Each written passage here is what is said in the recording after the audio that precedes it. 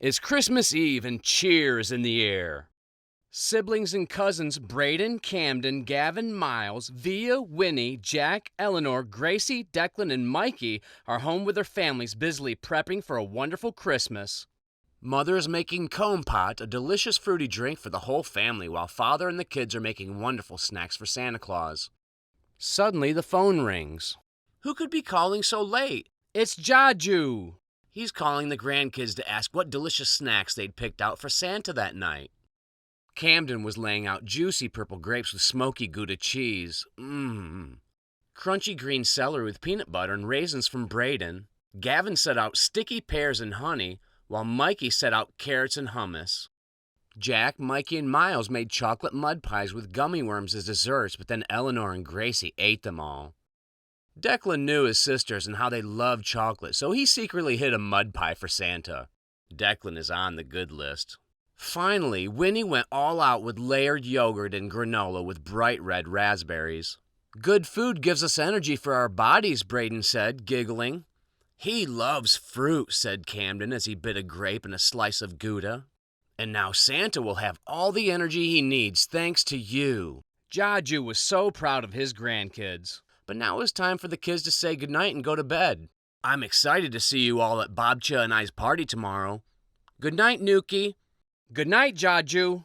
Good night, Mom. Good night, Dad. Good night, Kotka. Looks like Kotka doesn't need to be told twice.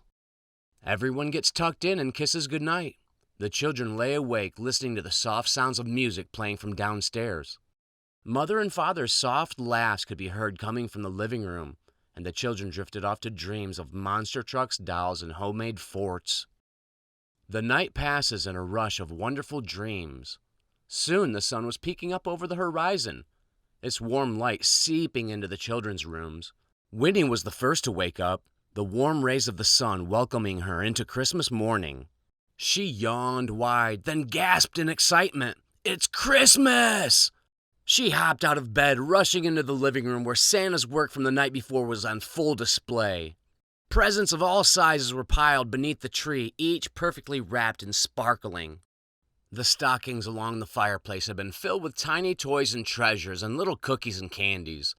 The other children weren't far behind, crying out in wonder at the glorious pile of presents. Yay! Camden cried out, lunging for the nearest present. Whoa, whoa! Gavin cried out, grabbing his youngest brother. We have to wait for Mom and Dad. Ugh, how long is that going to be? I know what'll help, Miles said. Come on! The kids hurried to the kitchen where Miles dug out around the pantry. A bag ripped open and the sounds of beans falling into a container echoed. Then a loud grinding.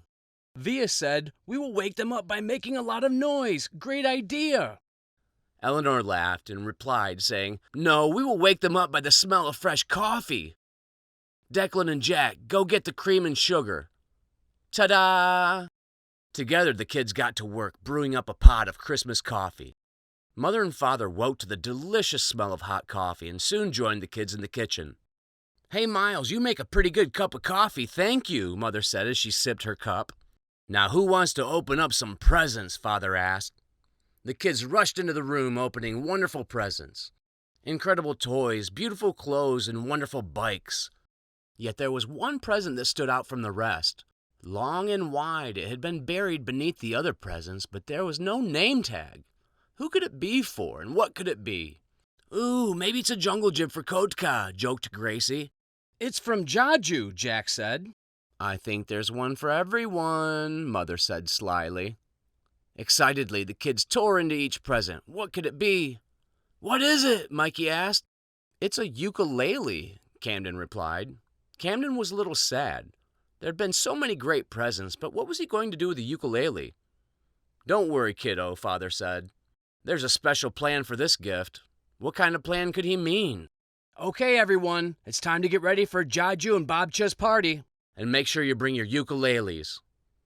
Everyone got dressed and put the ukuleles in the car. Off they went to Dziadzui and Babcha's Christmas party. The party was going great. Dziadzui and Babcha made all kinds of wonderful goodies for the party, like sawatka, ham, and deviled eggs. And all the kids were excited to see their aunts, uncles, and cousins. Wonderful music played throughout the party on the record player. The kids showed off their wonderful new ukuleles, and soon Babcha called all the children into her kitchen. Come, Nuki, I have a story to tell you. The kids all gathered in the kitchen, breathing deep the wonderful smells of sawatka and baked ham. I hope you all like your ukuleles, Babcha said, with a sly look in her eye. Music is an important part of our history in this family. Back in Poland, your great-grandfather was a symphony conductor before becoming an organist at Our Lady Czestochowa Church. We hope you'll use your new instruments to practice and learn to love music just as he did. We should start a band, someone shouted suddenly. Everyone looked in surprise. Another screamed, yes, a band! Then another. What a wonderful idea! Dziadzui burst into the kitchen. I will conduct the band.